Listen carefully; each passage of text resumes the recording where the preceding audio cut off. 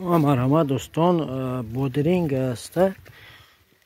این بادرینگ ها با آبی کشیده پرورش داده شده است. با آبی کشیده